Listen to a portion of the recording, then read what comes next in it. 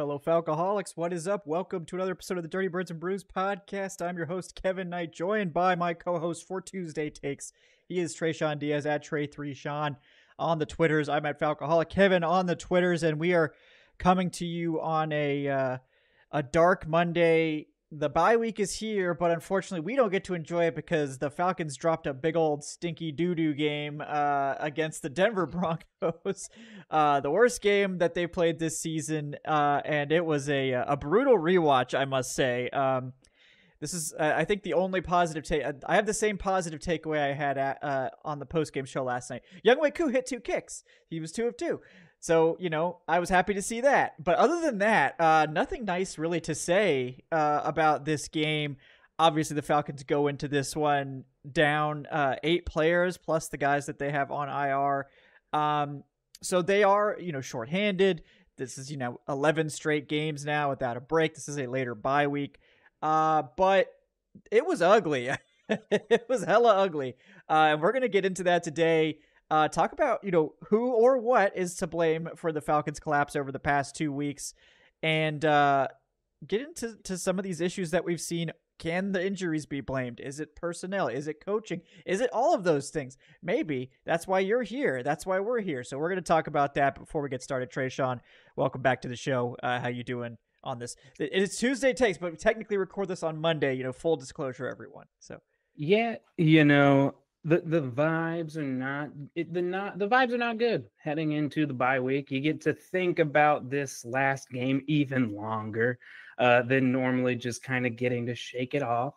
I think there's a couple of things that we'll get into that maybe don't necessarily give people hope, but just kind of help paint the picture and let people understand, is this Falcons team that we just watched, is it really that much different than the Falcons teams we've seen in any of the other weeks this year? And I think that we're going to be able to kind of point out a lot of things that, we've been talking about all season. And it really felt like a lot of those things just came to a head in this matchup. Yeah, it was kind of one of those, I hate to be right about this, but we've been raising concerns about this team through their winning streak, even when they peaked at that 6-3 record. I think we were positive and talking about how it's nice that you're winning close games and things like this, but the issues were there. They were always there, and they've continued to be there, and it's gotten worse. These things have not improved, and obviously you throw throw injuries on top of it, it's going to be even worse. But yeah, I think it's clear that those issues have not gone away. You can't just yada yada your way through the issues that this team has and expect that they'll just keep winning. It's fine, everything's good. It's not good. There's a lot of problems.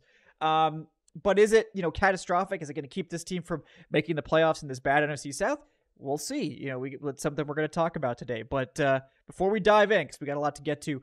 I'm going to bring you guys a real quick word from our sponsor. Once again, BetOnline, folks. BetOnline is the world's most trusted betting platform and your number one source for online betting. They've got the earliest odds, including in-game live betting options, and BetOnline provides you with all the action and the ability to bet on those games as they're going on. Again, not my preference. I like to do a lot of research, and they allow you to do that too. You can bet on all kinds of crazy futures. If you put money down on Bo Nix to be offensive rookie of the year, you'd be looking real good today. Now that could just be the Falcons giving him the biggest lift of all time with that performance. But either way, that type of stuff, they got it at BetOnline. They've got the largest selections of odds on everything from NFL football, college football, NBA, college basketball, NHL, UFC, and MMA, and more. So what are you guys waiting for? Head to betonline.ag to get in on the action with America's most trusted site for online wagering. Make sure you sign up to use our promo code BELIEVE. That's BLEAV to get access to the latest promotions. BetOnline, the game starts here. All right, Tre'Shon. Well, that was a brutal rewatch. That was a tough one. Did not enjoy that. not at all. But yeah, I mean, to me, it's tough to pin down exactly what the biggest issue is, and I'm curious what you think. I know I had a tweet where I was like, "Oh my gosh, this is the worst game of all time," and then you had a tweet saying like, "Well, maybe it's a little bit more understandable given the context of this game." So I'm curious where you're at. Do you think this the injuries. It's kind of the big thing surrounding this game is like this is the most banged up this team has been all season. They've been relatively healthy compared to the worst injured teams in the NFL this year. What's your sort of take on the biggest culprit behind this sort of total collapse in Denver? Yeah, I think that the injuries played a big part in this one, and I think you obviously saw, Bo Nix had one of the most efficient passing games by a rookie quarterback in NFL history. He's one of only 2 rookie quarterbacks to ever complete over 80% of his passes and throw for 4 touchdowns. The other QB that did that, Broncos rookie quarterback Drew Lock. So maybe there's just something in the air in Denver. But when we look at like what happened, like if you told me when we looked at that big out list, and then if you told me Kevin King's going to go down in the first quarter, and then if you told me we were going to lose more people, we were going to lose Zach Harrison, who didn't go out until like the top of the 4th, but was having a good game, and you kind of keep stacking everything, it makes a lot of sense that they played really bad. But one of the reasons that the fill-in guys did not play so great is because they have not played at all this year. And one thing we have consistently talked about is the Falcons' approach to personnel and snap counts and how puzzling it's been and how we haven't really understood this. Let's slow play all of the guys who aren't first or second string and basically never get them reps. This is why other teams don't do that. This is why teams like to go and play guys through the roster. It's because you never know when you're going to have to call on them. And when the Falcons had to call on the people they had in the building, you saw the result on the defensive side of the ball yesterday. They're just clearly outclassed. I think another thing that you and I have talked about is that this roster is not as deep as people think it is. And that the depth of the Falcons defense and even the Falcons offense, they've been 2 or 3 injuries away from things turning into this. So like when we look at the offensive side of the ball, Charlie Warner being out completely destroyed the run game. Bijan had 2.9 yards per carry after he like opened up doing what he's done all year, which is turn a lot of bad runs into good runs. He just couldn't do it anymore. Ross Dwelly is not Charlie Warner. He's not Parker Hesse. He's not even Tucker Fisk. It is rough watching him out there. And Atlanta after that didn't really have any other answer except for, well, Kirk, we're going to need you to carry this one with our arm. And we came into this game saying that's not the way to win this game because this is one of the best defenses in the entire league. And I don't know if a lot of people respected them or looked at them like that coming into this game. I spent a lot of the last week watching the Broncos defense and eventually got like so enamored that I just kind of kept going. And so I think I braced myself for this beating and because that's what we saw. But when you play a top 5 defense and your first game plan doesn't work, your second game plan is probably going to get absolutely creamed. And that's just what we saw. Yeah. I think when Charlie Warner was like declared out, I was like, oh no, because their ticket to this one was probably running the ball a lot more than they have. And we still haven't gotten any clarity on the Drew Dahlman situation. He was activated off IR. He was active for the game and didn't play a snap. Yep. And Ryan Newsel got destroyed. So, and like we've been, I think, complimentary of Newsel and his, I think Newsel's made himself some money, certainly. Like this is a guy that can clearly be a at least like a very good backup center in the NFL. Like this is a guy that can come in and stabilize your offensive line. Like this is what you want from your backup center. Like this is an ideal backup center, but he's not a starting center. Like, and I think his inability to block up the run game is the biggest issue with his fit into this offense, which is that he's completely unreliable as a run blocker. Like it's consistent week to week. As a pass blocker, he's fine. There's not. I think he's even had some pretty good games as a pass blocker, but as a run blocker, it just isn't there. Like there's just no push, inconsistent getting to his landmarks. It seems like, and just the strength profile just isn't there. And it's disappointing, obviously, but to me, it's like, it's obvious. Like, I think some people were like, oh, well, Newsell's outplayed Dahlman, so they don't need to put Dahlman back in. That is not true. Like, I don't know where this Yeah, Dahlman hate comes from. I know, like he was having a good start. Like, he was having a great start to the season as a run blocker. His PFF grade in those starts was like in the 80s. Like, I mean, as a pass blocker, he's not any better than Newsell. Like, he's a decent pass blocker. But as a run blocker, he's like one of the NFL's best. And I think everyone's kind of underrating what that's done to the offense. And man, I'm still confused, like why he didn't play this week. He's practiced fully for 2 weeks now. Like, what are we doing here? I get on the 13th, when all of the injury news kind of first bubbled to the surface, and I distinctly remember two things. They said JSW is not looking good, TQ is not looking good, Troy and Dahlman are going to play, they look great. As soon as I heard that, I was like, no, they're not. Neither is going to play. Troy was listed out early, and they did the same thing. They had Dahlman ready to go till the last minute and then pulled it off. And I think the team is starting to fall into a bad habit of counting their injuries and trying to prepare for them. And Morris has kind of like had this approach where he thinks he can play around injuries, or that he can predict or prepare for them by lessening snap counts, by doing certain things. And it's just not how it works. The best example of that is Casey Washington giving himself a concussion on a routine deep ball. Yeah. There's nothing you're going to be able to do to protect these guys once that like ball is snapped. It is out of your hands. So this idea that you're protecting anybody or you're preventing something is really just all hope. That you have no ability to do that. And I really hope that it forces Raheem to look, inward at how he views development and snap counts and things like that, because like I said earlier, this looked like a team that had a bunch of guys that haven't played snaps all year. Yeah, it's very true. I mean, I think there's a lot of factors that go into play there. One is, like, first of all, how they have set up this depth chart. Because I like, we talked about it last week. I was like, wow, if these corners are out, like, I'm thinking maybe we'll see Natrone Brooks play slot, because I think he's really the only guy that can play the slot. And I think he's actually looked somewhat encouraging, so I'm interested to see how he plays. He's not even like the first or second option to get out there. They went with Kevin King, who has, I mean, he only played like 3 snaps, so it's like, I don't know how that would have gone. It didn't look great to me, like on those 3 snaps or whatever, but I mean, I'm not going to make any determination off of that. So I get that he's been practicing, more with the starters. Okay, fine. They put Richie Grant in the slot before they gave Brooks a chance, and he was awful.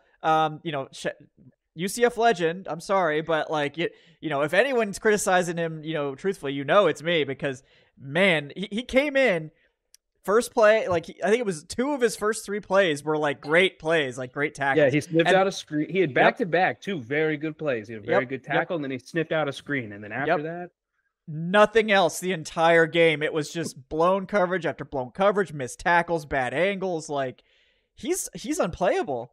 I mean. And like, but they had him as an option they liked better than Natrone Brooks, who came in and looked drastically better, by the way. Like, he was he looked like the only person that gave a damn out there, to be honest. Like, he was sprinting around, like he was. I mean, he was not the only guy. Like, there were definitely other guys, for the record. No. Like, Zach Harrison was going hard, but Khalid Kareem, shout out, yeah. Is there an internal evaluation problem? I think so. I mean, I think we've been seeing, like, I mean, it feels like it. It certainly feels like it. Yeah. I think the point you were about to go on is, like, we've seen multiple guys now who have been deemed not good enough, not ready, however you want to say it. And then when they get in, they're giving you better production than what we have been getting from guys who've been mainstays on the 53. Like, we saw this with Rook immediately when he came up. Khalid Kareem, I'm pretty sure he led the team in pressures yesterday. Falcons had 8. He had 3 of them. We've seen Harris come up and look better as an edge defender and more versatile than some of the other guys.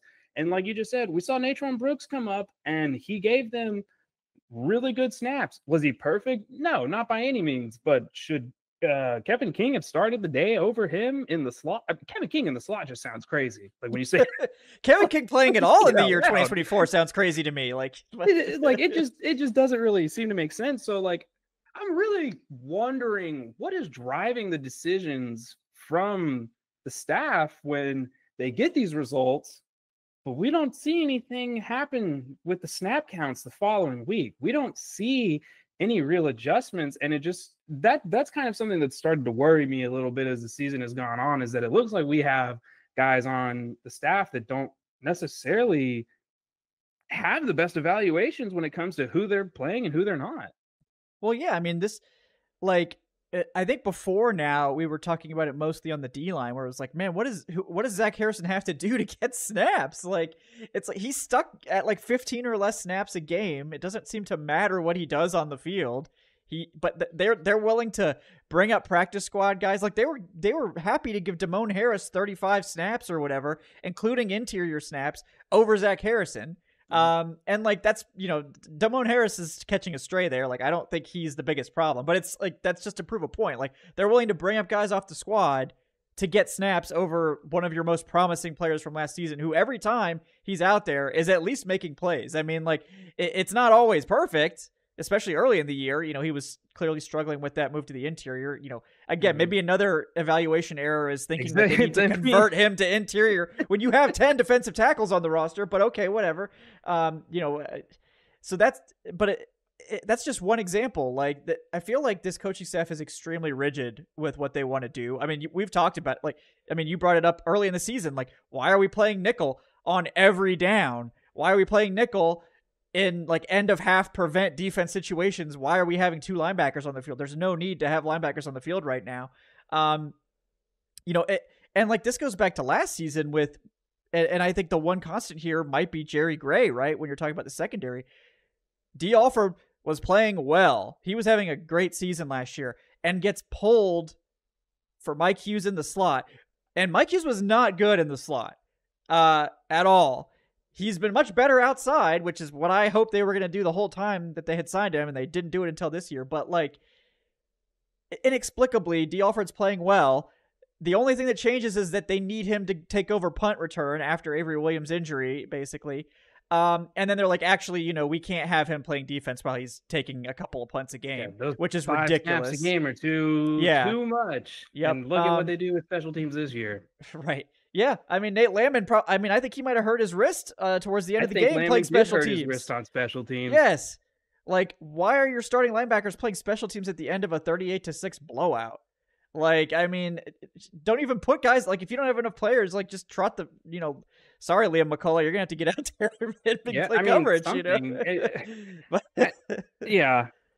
And it's frustrating because I think, like, the way you said it best is that it feels like this staff is very rigid. And so, like, the thing that Ryan Nielsen excelled at last year was that he adjusted his defense to what he had.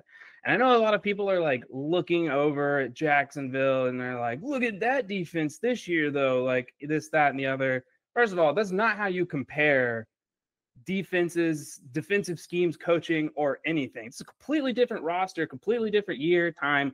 Jacksonville is a dumpster fire who's about to get rid of another head coach. Nielsen is over there working with the best that he has. But when you look at how Nielsen operates, he operates based around what his guys can do. This has been a season of forcing square pegs into round holes. Something that the Falcons have been doing on defense is like so frustrating to me is they've neutralized Justin Simmons. Like everything Simmons is good at, they do not let him do. They have had a penchant for making him play in the box like he's a strong safety, even though Jesse Bates is right behind him. So you're using Justin Simmons in ways that he's never been successful before. That man is a roamer. He needs to be in the deep part of the field. Jesse Bates literally makes every third tackle turn into a forced fumble. And you want to put him further away from the ball? And Simmons, who hurt his hamstring on a run play, playing in the box, you just keep throwing him back out there. And it's really just gotten to the point where it feels like They just don't know how to adapt what they want to do. And they feel like, no, we have to stick to this system, because if we do get the guys that fit it next year, we want the guys who are here now that stay to just be able to keep going and, be able to do it. And it's like, that's the weirdest, most antiquated way of like running a scheme, whether it's offensive or defensive. You fit your scheme to who you have. Ryan Nielsen did not want to run man 80% of the time. Ryan Nielsen discovered rather quickly that the corners on this roster are burnt toast against zone. He was a multiple DC. And by that, I mean, he ran 3-4, 4-3. He ran everything with the Saints. That's what made him so attractive as a hire, is that this was a guy that was scheme agnostic and would fit things to what he had. And we have the complete opposite of that right now. Yeah.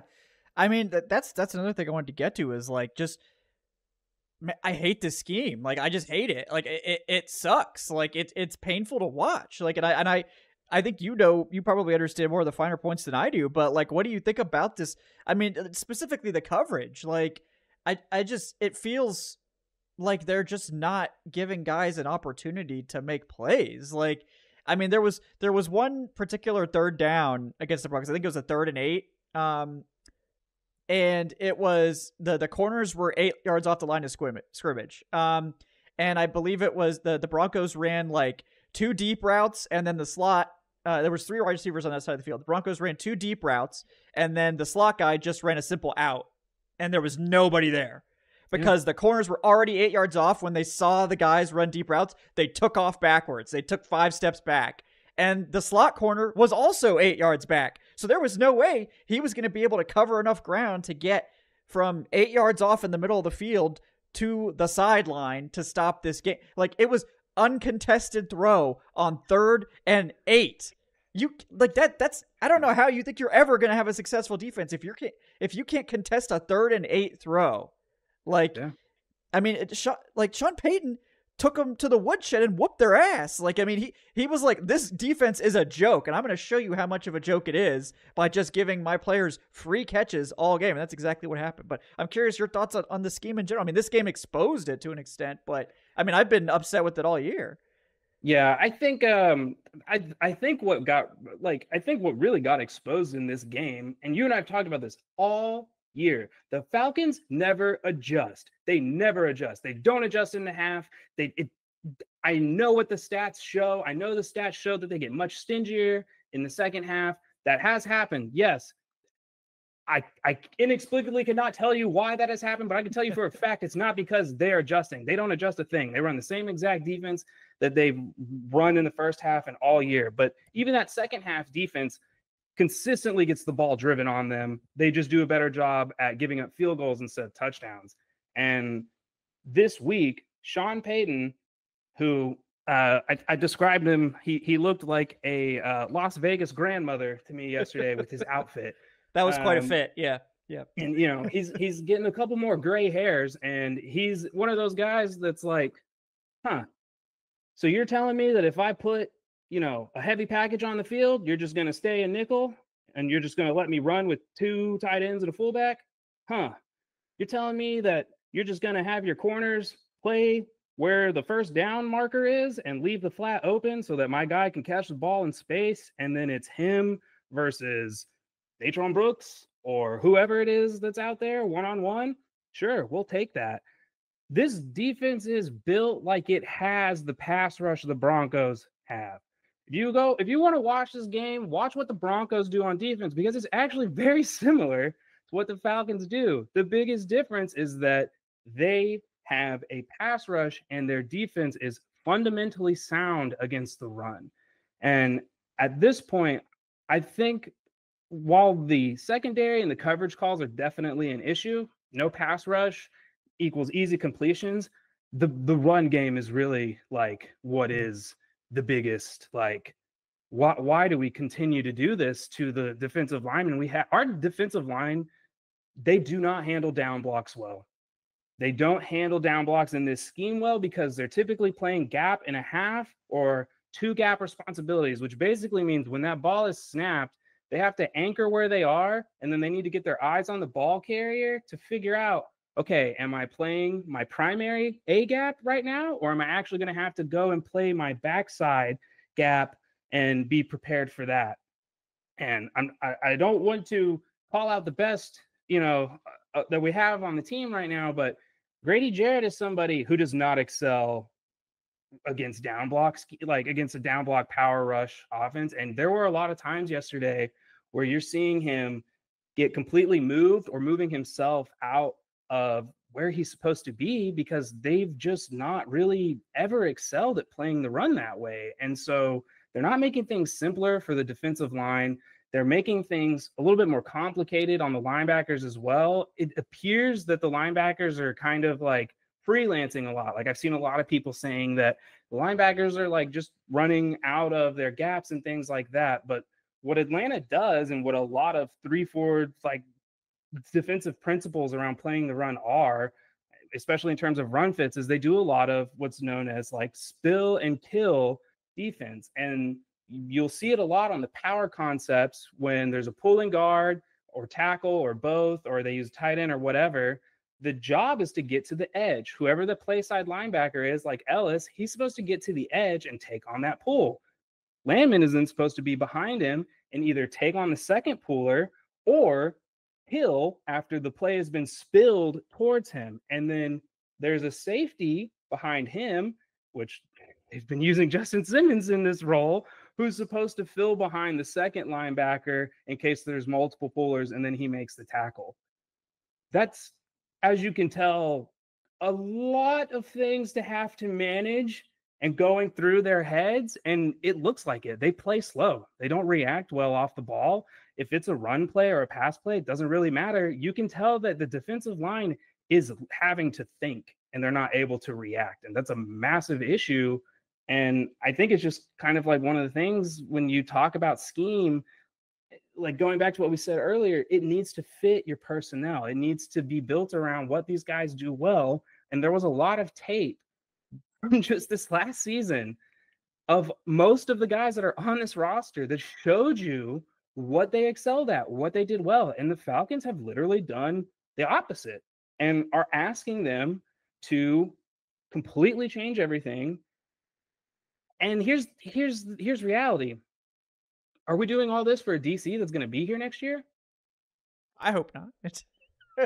And so that goes back to the whole point of like, why are you so enamored with sticking to this scheme when that's just not how football's played anymore? Nobody like operates like this anymore. The people have multiple fronts for a reason, and they do different looks for a reason. And it's because NFL offenses are too good at attacking like the same exact defensive looks if you keep on putting them out there. Well, yeah, I mean, it's like maybe if you had the Legion of Boom, right, you could play the same personnel every snap, and it wouldn't matter because you have like 3 All-Pros back there, and Aaron Donald, or whatever. But like this doesn't even look like Raheem Morris's defense in Los Angeles. It doesn't look anything like it. Like that's the thing. I think we all thought like Morris was bringing in someone from LA to run a defense that was going to look fairly similar to what they were doing in LA. He was just getting a guy that he knew how to run it. It's not like that at all. Like this looks very little like, I mean, the basic principles are kind of there. Like you said, the Broncos run a Fangio-esque scheme as well, with Vance Joseph. The Falcons are theoretically running a Fangio-esque scheme, but it's like a kindergarten version of it. Like, I mean, I just don't understand. They don't have the personnel to do what they're doing. And they're like, well, you're going to do it anyway, and you're just going to have to figure it out. It's like, you saw how you could take like roughly the same personnel and create a functional to even like good sometimes defense last year. That defense for parts of that season was like legitimately top 15 because what they did well. Like they just pressed guys. They played man coverage and they were pretty sticky at it. Sometimes, other times they got destroyed, but like most of the time they didn't. But these guys, like, they didn't provide easy throws to the offense. the fact that there was man and that I mean, they did some interesting things. I think they tried a lot of man match stuff. They really tried to get Jesse Bates involved creatively, where he would drop down or he would do things to make it very dangerous. Teams had to constantly keep an eye on him. And now it's just like, if you're going to play this kind of soft coverage, like, you have one of the main things, like, you know, from a philosophical standpoint on defense, is you have to affect what the offense does. If you let the offense dictate what's happening to you, you're always going to be on the back foot. So that's why, and that's one of the reasons I've always been a fan of aggressive defense. Like, not like engage 8, like that's, you know, suicidal defense. I'm talking about aggressive defense. And that's why I really like Nielsen's scheme. Even when it started to show its warts towards the end of the year, I was like, look, they're taking it to the offense. They're forcing them to react to what they're doing. You know, that ultimately I think is going to produce better results. And it also, like, gives guys chances to make plays. And I think players respond to that too, like on a personal level. And this defense is so passive with how they play their corners and the safeties too. Like, there's just, it's like you've built the opposite of what you should have done. Like, you have no pass rush and you have what could be a good to very good secondary. So you put your secondary 8 yards off the line of scrimmage and don't even give them a chance to impact the throw on most plays. They're allowing a 71% completion percentage, Tre'Shon. It's worse than the league by far. They don't even give these guys a chance to impact the throw most of the time. And it's like, what you should be doing is smashing the receivers at the line of scrimmage, hoping to God that your corners can make a play, because they're the best, most talented guys you have. And I get it, against Denver, they weren't going to do that because they're down 3 corners, you know, whatever. Sure. I get that. This is more like a season-long discussion. Like, your best asset is your secondary. You feel like you can trust your safeties to cover up mistakes. So why are you playing like you don't trust your corners? They're playing a defense that looks like they have zero faith in these corners when they're their best assets on the whole field. Like, it boggles the mind. And it's like, if you can stick to these receivers and not give them a free release or free space to run up the field, like, maybe that would help your pass rush too, because it's not an easy out throw to the quarterback the second he starts to feel any pressure. Like, you know, and it's not going to make the pass rush good all of a sudden, but like, the Falcons pass rush last year wasn't that great. Like, they just took advantage of situations. They obviously defended the run a whole hell of a lot better.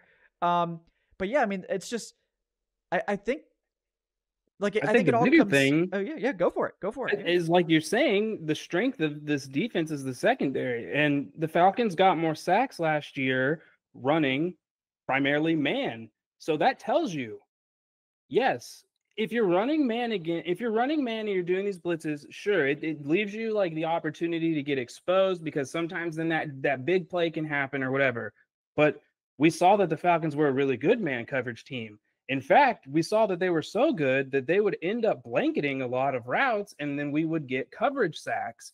They are trying to implement the whole coverage sack theory again, but they're only doing it with zone based blitzes and in this zone based scheme, instead of actually letting these guys man up and forcing defenses and quarterbacks to make tight throws, hold on to the ball, or like take the sack. And we're not doing it well enough in zone, because we're seeing the offense is getting the opportunity to settle in the weak spot of zone. Like, this is the ultimate issue with running zone, is that if a quarterback has time, the difference between man and zone is that the DB doesn't keep running with the receiver in scramble drill.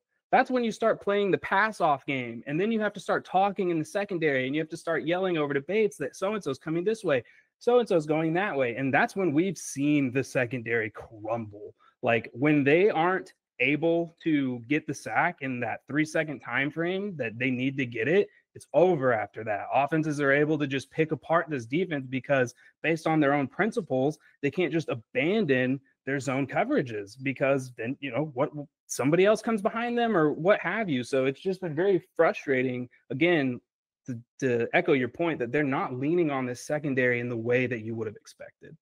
Yeah, it's like they built this scheme the wrong way, you know, like they built it like they don't trust the secondary and they expect the pass rush to get home, when I think anybody with 2 brain cells would look at this defense and come up with the opposite suggestion. Like, actually, the only thing we can trust is the secondary. We can't trust the pass rush at all. So our only hope is to man up, maybe hope to get some coverage sacks, give the pass rush a little bit extra time.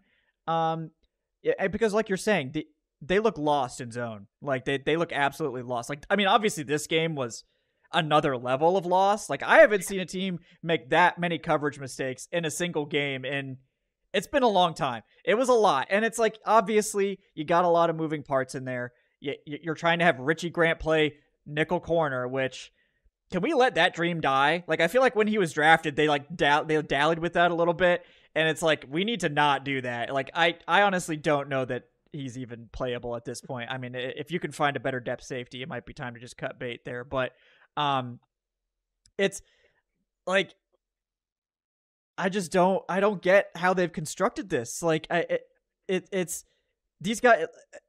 You had the blueprint. Right there. You could just fire up the Ryan Nielsen tape from last season and be like, well, the defensive line played way above their punching weight doing this, and the secondary played well above their punching weight doing this. So we're gonna, we want to transition to this more Fangio style eventually. But for now, let's just make it a little bit of a hybrid. Maybe we'll run a little bit more zone. We'll try to get guys more, comfortable with that. But in the meantime, we can still lean on these man concepts and this style of, playing up front that was working. And they're like, no, we're going Fangio, and you're going to like it, or you're going to sit on the bench. And, it's ugly. Like, Yeah. Like, it's one of those things. It's like, okay, if 2 guys regress, and it's like, well, they're having down years, that sucks. If 11 guys regress, it's like, well, I mean, either you're the most unlucky team in NFL history, or there's something else going on here.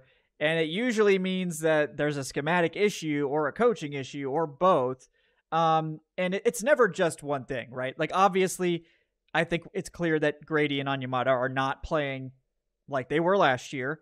But even so, like, they're not really being put in a comfortable position either. Like, Grady Jarrett has always been a one gap penetrating tackle. He's done it really well at 3. He's even done it at 1 tech early in his career. He's never been a, hey, go play 2 gaps, Grady, and take on, 2 offensive linemen at 300 pounds and like 6 foot flat. That's going to go super well for you. That's going to be a great use of your skill set. Onyemata, like, to some extent, has been able to double team in his, like, a 2 gap in his career. But again, like last year in a one gap penetration style attack, he looked great. Like that, and that's you. Like, those 2 guys playing that style together had great success. And even when the Falcons had to rotate in other guys, this same personnel for the most part, was having a lot of success doing that. And like you said, it's like they threw that all out to play this. I mean, I guess you're calling it gap and a half. I'm like, I don't know what this is. Like, I don't know. Like, it just looks weird to me. But yeah, I guess maybe gap and a half is what you would call it. It doesn't seem to fit them. They're not playing it well. And like you said, the main thing is, like, there haven't been any adjustments. Like, there haven't been any adjustments. Like, we're 11 games in, and they're like, well, they'll get it sooner or later. Well, they'll get it sooner or later. Well, they'll get it sooner or later. And it's like, it's week 12, man. They're not going to get it. Like, this is the maximum level of getting it. Yeah. This isn't going to work. And so I think, like, the hope is that the bye week that's what they're focusing on in terms of the defense over the bye week, is going back and looking at, like, not just these losses, but the wins, looking at why you've had some razor thin, like, wins this year, looking at the defense honestly and saying, is this what, is best for what we have? We know what we want to be. We know what we set out to be, but it's time to move off your priors. And it's time to face the reality that you do not have the people you need to run the scheme that you dreamed of running when you hired Blake and when you, like, came into the offseason. The evals that what you had in the room was good enough were wrong. They were wrong. And I think that in some weird ways, I think the Falcons knew that just based on this draft approach of like all these defensive linemen they took. But it just seems like a half step measure because they're not playing these guys. And they really needed the replacement bodies to step up this week to at least just be average. But like, how am I supposed to put those expectations on Brandon Dorless in his first game? How am I supposed to put those expectations on Khalid Kareem, D'Angelo Malone, who for some reason is still playing and is now getting special teams penalties for the like just most mindless mistakes that you can make at this point, which is also just like infuriating because this is supposed to be a performance-based league and the performance is just lacking. And like at this point, we're kind of starting to see a little bit of like some of these same philosophical issues trickle into the offense. And I think we've gotten to the point now where Zach Robinson has hit a little bit of a wall. And so we're really going to need like him to take another step because things on the offensive side of the ball are starting to get pretty dicey. Yes, no, I agree. We should definitely talk about the offense. I mean, the defense, like, rightfully is getting the lion's share of the criticism, but the offense only put up 6 points still. So that is something to keep in mind. I did want to touch on some PFF grades of guys just to kind of reinforce what we're saying here. Zach Harrison on his 12 snaps led the team in PFF grade with a 93 PFF grade on 12 snaps. So good for him. Khalid Kareem, number 3 on the team with a 72.6.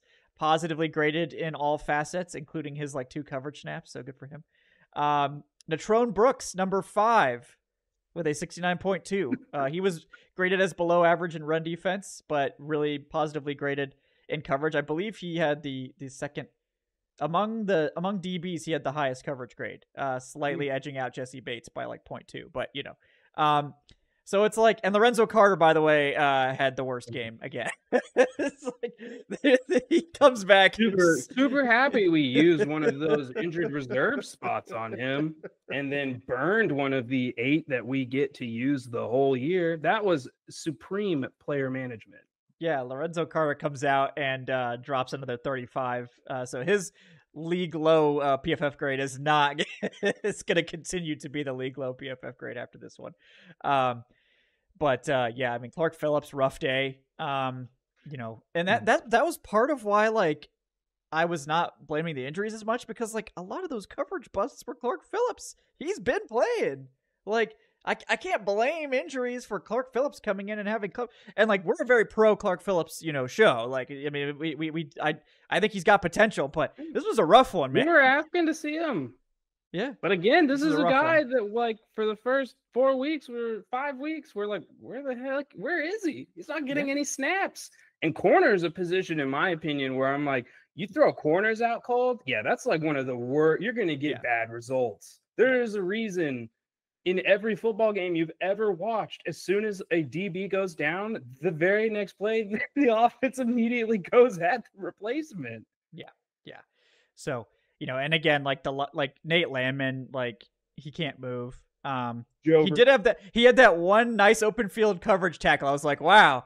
Like he had, like, you know, he must have read that play from the very beginning, because that was the only chance he had to get out there in time.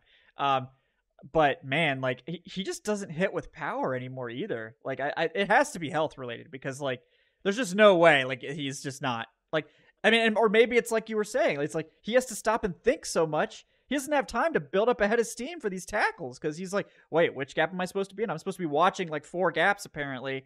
You know, so I got to make sure I'm in the right one. Okay, the runner's coming. Now, oh, he's like 2 steps away from me. Okay. And also, you know, I got to give shade to Nate Landman and Clark Phillips, who on the infamous rushing touchdown just stood there and watched the Broncos push their guy into the end zone. You know, at least Clark like had his hands on the pile slightly, but Nate was like behind it, just like Clark was back there working out some of those. Yeah. Nate was just like, you know, he's like, oh, yeah, you know, I mean, Jesse's probably tired. Yeah. I get like Nate Landman was like behind the play, so like, could you have really done anything? Probably not, but I'd still like you to like charge in there, you know, something. But 2 guys just standing there watching that happen. Don't love that. But let's talk about the offense, because that is they do deserve criticism in this one as Yeah. well. Like, mostly like, I mean, those first 2 drives, like they looked very promising. It was like, oh, maybe they'll be okay. Like it's clearly going to have to be a shootout based on how this defense looks. But like they moved the ball really well. They went right up the field. And what did they do? Proceeded to just crap their pants immediately once they got into the red zone. And then they did it a second time. And then that was it for offense the entire day. They just like, I don't know if they gave up or what, man, but that was rough. And yeah, it brutal. Like, I mean, just absolutely brutal. Great drive. Crap your pants in the red zone, and you get a field goal out of it. Koo gets 2 field goals, 2 of 2. First one was slightly sketchy. Second one looked much better. So that was the 50+ yarder. So hopefully he's got his mojo back. We'll be happy about that. But I mean, yeah, I think that the offense. I mean, maybe I assign 40% of the blame to the offense, but that's still a significant portion of this one. Yeah, it was I thought it was a very good initial opening, first 2 drives, and I don't really feel like Z-Rob has ever had a bad 14 play set. Like you hear announcers talk about all the time. Coaches have the whatever, they've got everything how they want the first 18 to go, and then after that they freelance. This was one of Zach's worst freelancing games. And I said it earlier, I do think he's hit a bit of a wall at this point. We were seeing him do an excellent job of kind of improving week after week. And I want to stress that progression is not linear. There is regression within progression. And that is something important to calculate for. So he was never going to just keep getting better and better and better without some steps back. And I think in these past 2 weeks, we've really seen schematically he is in a little bit of a hard place right now. I think that he's been very attached to these route concepts that primarily focus on attacking from outside the hash to the sideline. Atlanta we finally did it. We ran mesh once yesterday. It was great to see. They didn't run it again. We ran levels once, worked, didn't run it again. And we ran like one other follow concept. And so all these concepts I'm speaking of attack the middle of the field, which is where you want to focus your passing attack when you're facing this Broncos defense, because that's usually where the gaps are in their blitz heavy scheme. And that's where we've seen other teams have a lot of success, is that they're able to catch the ball over the middle. The other thing that does is that instead of Kirk's head having to go to the sideline, it just goes, whoop, whoop. And like, it seems so silly and inconsequential, but when you're facing one of the fastest defenses in the league, every second matters. And I think Zach has fallen into a trap of leaning on Bijan and Bijan's ability to just kind of fix every bad run, because Bijan has fixed a lot of bad runs this year. Did it today or did it Sunday? Yeah. And then you saw what happens when you play a defense that has speed at all levels. The Falcons have not played a defense as fast as this one. And those second cuts, those other moves that we've seen Bijan be able to kind of make, there's another guy there already, and it's done. It's dead in the water. And so what that really means for our offense is that now we're just going to kind of put this on Kirk and rely on Kirk. We don't have the personnel to do 2 tight end sets, fullback, blocking, any of that kind of stuff for the run game. So they completely pulled off. They went to Kirk, and Kirk has struggled. And, we saw him make another ugly interception. But the thing that's frustrating for me, and it's similar to what we've seen on the defense, is that Kirk has always been an intermediate middle of the field thrower. He's always excelled at attacking between the hashes, and they've turned him into a corner route shot specialist where he just throws these corners to Darnell Mooney, or these square outs to Mooney, or they're just trying to force everything to the edge. And it's just not really helping play to Kirk's strengths. Kirk's trying to get the ball out as quickly as possible, which is why those those levels concepts, those mesh concepts and things like that just kind of allow him to go through those reads quicker and look at the middle of the field are something that would really help him. And I was hoping that Zach would lean into those more. And he added a couple of them, but like that was it. And like this was not the game to ask Drake London to run 15-yard dig routes. This was not the game. This was not the game to completely abandon Kyle Pitts, which is what they did, which was like very frustrating to see. Like yesterday's game was prime opportunity to get Pitts involved. And even something we haven't even talked on, even after losing Darnell Mooney, who they missed, that's their best man beater, they still didn't like have a Pitts package ready to go or be able to fill in. And I think that's kind of what's frustrating is that we live in 11 personnel. And so whenever you miss a guy and you see this happen to the Rams offense, like 2-4 weeks every year, you lose one or two guys in the 11 personnel set where you never sub people out, the offense tanks, and it tanks hard. And we saw like without Charlie Warner and without a half of Mooney, the offense had no answers.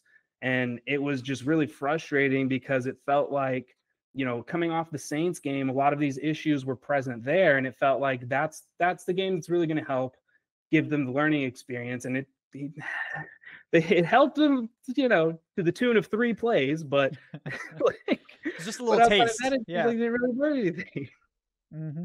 Yeah, no, I mean, I agree. Like a lot of people it was weird to me. Like people picked this as like the let's jump on Kyle Pitts for being bad game. And it's like, what? Like, I don't understand. Like I criticized one thing. I was like, oh, I think he should have sat down on that crosser he ran where he just kind of ran into coverage. Kirk threw that late, so that's partially on him. But I was like, yeah, I would have liked him to kind of just sit down a little bit more there, and he probably doesn't run into the contact. Maybe there's a chance to make that play. That was not meant as like intense Kyle Pitts criticism. That was like a slight comment on like, yeah, I would have loved to see him just like sit. Like you see Travis Kelce, sometimes he'll just like straight up stop like on his route and just like, you know, so I was like, yeah, Kyle, that's one thing that he can improve on. He could learn to see, oh, I'm about to run into coverage. I'm just going to sit right here because Kirk is late getting this ball out. And it was like everyone just like the replies were like, oh, Pitts is a bum. Like we need to cut this guy. I told you he was a bust. Like they're just not targeting him, man. They're not using him. And it's like, I don't know if we need to like slap the tight end off his name and like that way they can put him in their 11 personnel technically. And he could be your slot receiver or whatever the hell you want. And it's like, it's not even an anti-Ray McLeod thing, because I think Ray McLeod's a respectable slot receiver, but like, I think this team's best personnel is Drake London, Darnell Mooney outside, Kyle Pitts in the slot, Charlie Warner at tight end. Like that, and with Bijan in the backfield. Like, yeah.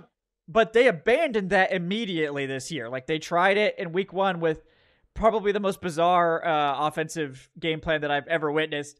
I'm glad that they pivoted off of that immediately, but they've never gone back to it. And it's like, that's your best guys. Like, no offense to Ray, but like, we shouldn't be crafting an offense around Ray McLeod in the slot. Like, he's a good slot receiver, definitely better, I think, than anyone expected. Like, if you didn't have Kyle Pitts, I would say that this is probably like that package would probably be your best bet with Werner at tight end. But you have Kyle Pitts, and you got to find a way for him to be an intense part of your game plan, even if you're just having him run vertical clear outs. Like, I mean, just like teams have to respect that he's a super dangerous deep threat.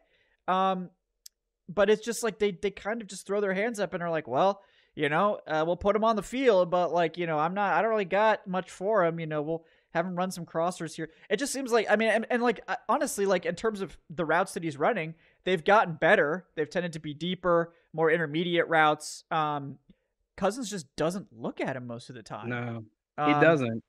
So, I mean, and that's weird because Cousins is a guy that is typically loved thrown to his tight end. So, you know, maybe they just need to take the tight end off his name and call him a wide receiver, and then Kirk will love him, you know. But it's just a bizarre situation. But like, I think this was a weird game to like make this like a Pitts referendum. You know, I don't really get that angle. it doesn't line up with what we saw that he was asked to do. And like I know it's annoying that he like didn't settle, down. And what I think drives me crazy is that he's actually done a really good job the past few weeks of settling in zone. And Yeah, he's yeah. actually been like that outlet guy for Kirk. I put up this stat in the Falcoholic article last week, and it's that coming into that game, when under pressure, Kirk Cousins is 16 of 19 when targeting Kyle Pitts to the tune of 218 yards and a touchdown. He is 12 of 24 when targeting Darnell Mooney. He was 12 of 21 when targeting Drake London. But it's like but for some reason, Kirk just doesn't really look that way. But we've also just kind of seen the offense, like you said, it's just like, oh, if it happens, it happens. And like, here's what's crazy is Pitts is on pace for 800 yards and 6 touchdowns as like the 5th option in this offense. Bijan takes priority over him. Mooney takes priority over him. London takes priority over him. And he's competing with Ray McLeod right now for touches. So as the 4th or 5th option in this offense, Pitts is having statistically a top 5 season in terms of yardage and could be giving you so much more. And I was prepared for this to be a 2-year plan with Pitts from the get-go, kind of like molding him into this like 11 personnel wide tight end focus thing. But I did expect for there to be a little bit of like what you were talking about, like, okay, let's get Charlie Warner on the field and put Pitts in the slot and give him some opportunities there. Like, let's work on carving out this Kyle Pitts role so we can make it, a big part of the offense. And they just don't seem interested in doing that. And they're cool with Kyle Pitts having a 50-yard touchdown every 3rd game, which is like what he's done right now. And it's just kind of crazy. It's like, you don't have anybody else. There's no one on the team has longer touchdowns than Kyle Pitts. He's the only player with like multiple 45+ yard touchdown receptions, and we're not fully utilizing that skill set. Yeah, I mean, I think it's like a big part of it to me is that I think Zach Robinson, look, he's a young offensive coordinator. This is his first year really calling plays. And I think he learned how to do it in Los Angeles, where they have 3 receivers on the field. And those 3 receivers are your primary targets. The tight end's kind of an afterthought. And I think that's just where we are. Like, he hasn't really incorporated Pitts. And like, also, I think like you should be able to just move Pitts into that slot role and craft a different route tree there and use your other 2 receivers a little bit differently to kind of make up for the fact that that slot guy is not necessarily your quick outlet type guy that they use Ray McLeod as. Like, you need to, like, so maybe this is just a next year thing, but like this should have been like Kyle Pitts is your slot receiver, and he, like, you need to craft a role where he's your big slot, he's your deep threat out of the slot. You're letting him like it, but he's just not Ray McLeod. It's really clear that Zach Robinson's comfortable with that, like Ray McLeod in the slot, that role, like Ray McLeod doing what he does, that quick, route running, like all that stuff. That's what he wants in his slot receiver, or at least that's what he's comfortable with calling plays for. And the offense just isn't built to accommodate Kyle Pitts in that role. Like it's just like they need to like make a whole new package for him. And it's like, it shouldn't be that difficult. Like, I know a lot of the concepts you mentioned, like mesh and levels and stuff, you can make that slot receiver like a primary read there. Like that's not, it just doesn't seem that difficult to me to change that up. But it just seems like for whatever reason, Zach Robinson's reluctant to do that and is much more comfortable leaving Ray McLeod as the primary slot receiver and not really creating much of a package for Kyle Pitts. Yeah. And I think the other thing that's been a little bit frustrating to see is that Kyle Pitts is like no Charlie Warner for sure. You would say that Kyle Pitts is more athletic than Charlie Warner, right? Yeah. He can move a little bit quicker. He's got a little bit more top speed than Warner does. So why do we not use Kyle Pitts in motion for blocking, which would heavily benefit his skill set compared to Charlie Warner, which, again, it still helps Charlie getting going. It helps anybody. But I thought it was so interesting that they didn't even want to try to use Pitts on some of those split zone concepts, getting him in motion, letting him build up a head of steam. Kyle Pitts is not the only Kyle Pitts in the league anymore. Like there's definitely a couple of other guys around the NFL that have his skill set. And the one that I look at a lot is Isaiah Likely in the Ravens offense. And if you look at how the Ravens use Isaiah Likely, they have him on the run in a lot of their blocking concepts. And he's been able to accumulate a highlight reel of him blowing guys up, because you've got a 6'6" monster with real speed running at you now. So it doesn't really matter how good or bad you think they would be potentially at blocking, because they just have to land a clean hit now and you're out of there. And we don't see them do any of that with Pitts, but we see them use him as a chip blocker against like defensive ends. And we see them use him in all these other static blocking ways that, again, just doesn't really play to his strength. So like, if you're to tell me, if you're upset that Kyle Pitts is not George Kittle or Sam Laporta as a blocker, that's cool. That was never his game. That's never been put on tape. He didn't put that on tape in Florida. He didn't put that on tape anywhere. So are you really mad at Kyle Pitts is like my question here, or are you mad at Kyle Pitts' utilization? And I think people need to really start understanding that every single player has faults. There's no perfect player on any team. There's just coaching staffs that are better or worse at fully maximizing the talent of those individual players and being able to put them together to form a cohesive unit. And we just don't have that cohesion. It feels like we've got 6 of the parts going, but then 5 of them go offline, and we're constantly having to make these adjustments. And, you know, like we said at the beginning, Zach Robinson's done a much better job of like improving, you know, week to week and kind of tweaking things and stuff like that. But he still has some of the same like issues that Lake is having in terms of like these, you know, fixations with these personnel groupings and other things like that. Yeah, I agree. It's like Kyle Pitts is a Ferrari, you know, and you need your, like, you don't ask your Ferrari to go to the grocery store, you know, like you ask your Ferrari to go to the track and beat any other car you could throw at it in that, you know, 0 to 60 drag race. You know, and it's like they desperately want Kyle Pitts to be a minivan, you know, like Charlie Warner's a great minivan. And you need a minivan. Like you do. Minivan's very utilitarian, has a lot of usage, a lot of great uses. It's a great vehicle, you know, but a minivan and a Ferrari don't do the same things. But it's like the tight end in this offense, that's what it does that. Like it's a minivan.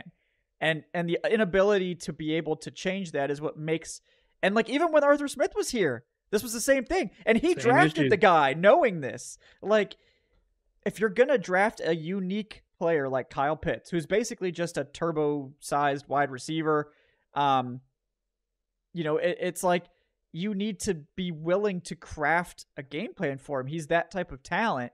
And it's like nobody has been willing to do that his entire career. He's like, Jimmy Graham on Ozempic, but people want him to be something that he's not. And I just don't get it, because I'm like, Jimmy Graham destroyed people for years running little vertical routes over the middle, and Kyle Pitts destroys people when he does the same thing. But it's like you said, no, that's not what we envisioned for him. So that's not how it's going to happen. And somebody is going to get Kyle Pitts in a couple of years here, and people are going to see him doing things, and they're going to be like, well, that's weird. Well, hold on there. Yep. It's going to be even more criticism heaped on Terry Fontenot when it has nothing to do with him. And yeah, I'm like, if you thought it was bad now, wait for Pitts to go prove he was worth the number 4 pick somewhere else. Yep. And it's like, that's the thing. And we'll end on this just because we're getting over an hour. But like, there's a lot of criticism being heaped on Fontenot for what's going on this year. And obviously his draft record is very spotty at this point. But like, his job as a general manager is to get the players that the coaching staff says they need. Like, I need this, I need that. Like, we need to fill these holes and we need them to do these things. And he's like, okay, well, here's the guys I think are the best for this. So that's what we're going to go get. What do you think, coaches? Yeah, that's what we want. That's what we want. Like, it's not his fault that Arthur Smith told him to draft Kyle Pitts and then proceeded to put no effort into scheming up a game plan for him, or just didn't have the ability to do it. It's not his fault that, you know, Braylon Trice got injured before the season in a preseason game on his like first snaps. It's not his fault for any of these things. You could blame Fontenot for plenty of stuff, but like it's not a one-way street. Like, and if you're gonna blame him, you should also make sure to look at the pro personnel stuff, because if not for the gems he's unearthed in undrafted free agency, this team would be in dire straits. Like, I mean, look at D. Alford. Like, you saw what happened when D. Alford left the field. It was a disaster. Yeah. You know, I mean, he is a great pro personnel guy. Khalid Kareem, I think they might have something there. Like, I don't like, we're not talking like S tier edge rusher, but like rotational edge rusher for like nothing. Like, this is the stuff they desperately need going forward. If they're gonna miraculously turn this defense around soon, they need these pro personnel moves, especially the low cost ones, to work out and provide meaningful like value and return on investment, because they're not going to have a bunch of cap to go sign anyone they want, and they don't have picks next year. They got 4. That's it. You know, and only 2 of them are in the top 100. So it's like Fontenot, like they need him. And like, yeah, I think he should probably bring in a draft specialist like the Falcons did with Scott Pioli. I thought that like the Falcons had their best drafts when they had someone here to help cover up their GM's weaknesses. Unfortunately, you know, Dimitrov had more weaknesses and also didn't apparently get along with Pioli, but you know, like, guys making me look bad. Yeah. I mean, but they need to find a way to, you know, help cover up some of Fontenot's weaknesses, which seem to be mostly draft related. I think he gets a little antsy. I think we've seen that now, where he just feels like he has to trade up for guys. Yeah. And he's got to learn to not do that. Like, you got to wait, and you got to have a deep list of guys and not just fall in love with a prospect and be like, we have to have this guy, so much so that we're going to trade away premium assets to make sure we get this guy. Like, you can't lose value like that in the draft and have good drafts. Like, why do you think, I mean, the best teams trade down, you know, because they trust their evaluations and know that the draft's got a lot of good players in it, and you just got to be patient and let them come to you instead of being aggressive. But, you know, he needs help in the draft, but I think you look at his pro personnel moves and you're like, well, this is the only reason this team is working at all, is because of the free agency moves they've made. And obviously not perfect, but, you know, I think the coaching staff deserves as much blame as he does for the utilization of a lot of these draft picks. So, you know, it's never just the GM's fault if a player's a bust. Like, I think that far too often we fall into that trap. Obviously he's got a lot of room to grow as a drafting GM, but look around the NFL and tell me, like, do you really want to go swim in the waters looking for a better GM? Because I think Fontenot is probably a top 15 GM. Do you want to go tussle with those bottom 15 GMs, you know, next season or in the future? Like, most of the time you don't get a long-term GM, and I mean, I think a lot of teams would be happy to just have Fontenot right now, but yeah. Anything else you want to touch on, or touch on those points or whatever? Yeah, no, I think like you said, you know, when we look at, I don't really like talking about some of these things either, because like we've kind of all like just like deleted from our brains that like this past offseason we learned that Terry had to go through 2 people before he made a decision. He had to go through Arthur Smith and Rich McKay. It's very apparent to me that Terry was not empowered in the Arthur Smith era. That is not me making excuses for what we have seen from, you know, the results of some of the things that Terry has done, but it definitely paints a different picture when you realize your team was operating in a way that no other franchise operates. Nobody else has had a system set up that forced a GM and head coach to talk to the president, which under that job title, McKay's worried about the business. He's worried about the money-making funds, those PSLs all of you love so much. That's what McKay's focus should have been on. And for some reason, he's out here pulling strings and mentoring. So like now we look at like where we are now, what's going on. And like my biggest issue was like an issue that a lot of us shared, which was like, did you have the liberty to draft 4 guys you weren't going to play? I'd say after the result we've seen this weekend and most of this year, no, you needed as many bodies, as much young talent as possible. And it goes back to your point. If you think that your season is hinging on you making this Rook Aurora trade up, you are mentally in the worst place you can be as a GM, because how are you that scared about not getting a DT when 0 DTs have come off the board and you're 7 picks away? You think all 7 of the guys are going to, like, it's just crazy to me that we just have, like, that we fall into these traps and we see them get nervous. Like you've said, we've seen them get antsy. I've got to make this trade up for Arnold Ebiketie. I've got to make this trade up for Rook. I've got to make this trade up. Like, the only one that's worked out is Matty Bergeron. Like, yeah, that's like the only trade up. And, like, of course, we say that after Bergeron had his worst game, I think, as a pro. Yeah. Like, I mean, the Broncos will do that to you. Players over here, man. It's nothing personal. Yeah. Like, everybody has got, like, you know, the Broncos. I mean, if I'm gonna let him have a bad game, probably the Broncos front is the one. That exactly. I'm like, I can live with him having a bad game against the best pass rush in the league. So I think you're right in that we have to do a better job of, like, how we look and criticize some of the things that have happened in the Falcons. And it's like, clearly, like, draft is an issue, but like you said, D. Alford, Khalid Kareem, JSW, like a lot of these guys are, like, very good low budget signings that have given the Falcons, like, solid play. And, you know, that's really the best that you can hope for when you look at, like, the cost that it took to get and acquire these players. But yeah. Other than that, try not to let this experience consume. I think the bye take a week off, guys. Watch the show. We got some episodes coming, but just shake this one off. Like, just you know, try not to let it eat at you. We're still 6-5. We're still, like, they still control the division and their route to the playoffs. Like, all of those things, you know, are still within the grasp of their own reach. So I think we have to, like, kind of remember that now. Now, we should definitely be worried. I'm not saying don't be worried. You should but, be like, as Kevin and I have been saying, like, Kevin, what, you had them at 10 wins? 10-7, yeah. You had them 10-7. I had them at 10-7. That means that we were going to see them lose almost as many games as they won. Like, this isn't like a team that is, like, banging on the door of a Super Bowl. They were, like, knocking on the wild card, like, playoff round. And, like, this is just kind of some of the warts that you get when you have a team like that, because, like, whether you make the playoffs or not, if you lose 7 games, you've lost 7 games. Like, there's problems with your team.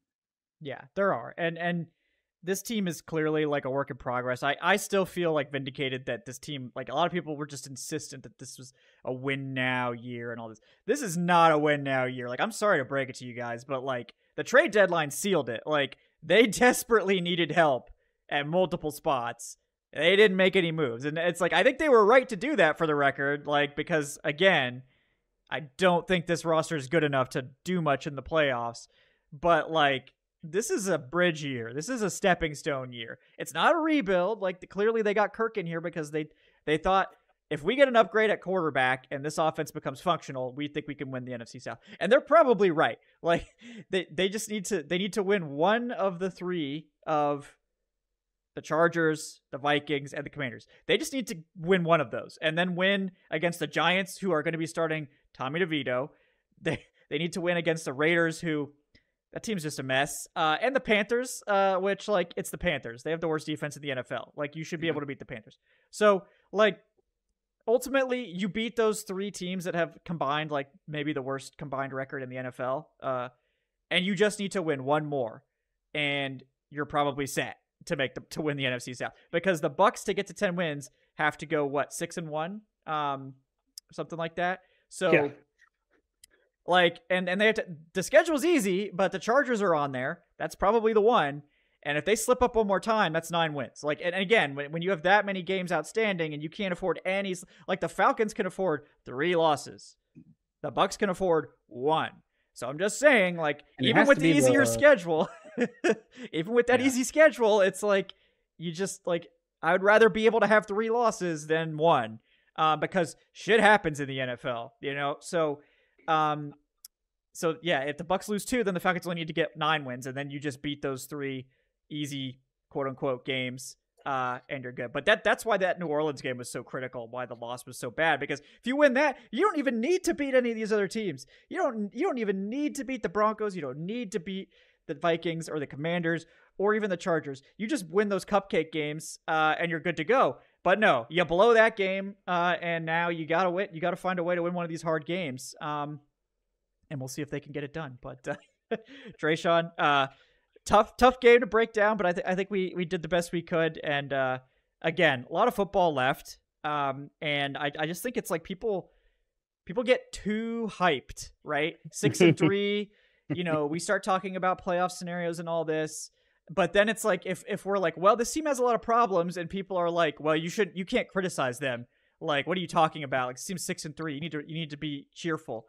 No, like, I'm gonna talk about what I'm watching on the field, which is this team is very lucky to be 6-3. It doesn't mean that they're not deserving of being 6-3. They made the plays they needed to make to be 6-3, but they could easily be 3-6. Mm-hmm. And then we'd be like, this team is the worst team in existence, and it probably would have been like 4 or 5 plays being different. And if that's, and that's how it is in the NFL, right? 4 or 5 plays can define your whole season. But, this team is kind of a knife's edge team this year, and that's probably what it's going to be like. So just strap in, because it's going to be a sweaty finish. But yeah, Tre'Shon, he is at Tre'Shon on the Twitters. Anything else you want to plug before we get out of here? You can find me on Blue Sky now. It's just Tre'Shon, just no 3 in the middle. But yeah, other than that, just pretty much echoing everything Kevin said. This team, they were 1-2 at one point in this season. They're 6-3 now. This is kind of who they are. 6-5 now. This is kind of like who they are. They're going to live on the edge. It's going to be, it's not going to be comfortable most weeks. And, if they make the playoffs playing like that, they make the playoffs. But this season has never really been about anything more than just like winning some games and getting into the dance. Like, that was their goal. Their goal was not win a Super Bowl. It was, please just be good enough to make it into the playoffs, because we've said you've been good enough to just make it into the playoffs the past 3 years. And this, like, they need it to hit this year. Yeah, they need it. Just win, baby. Classic from the Raiders there. And that's what we're hoping for. Just win 4 more games, and we're golden. You got 7 tries, so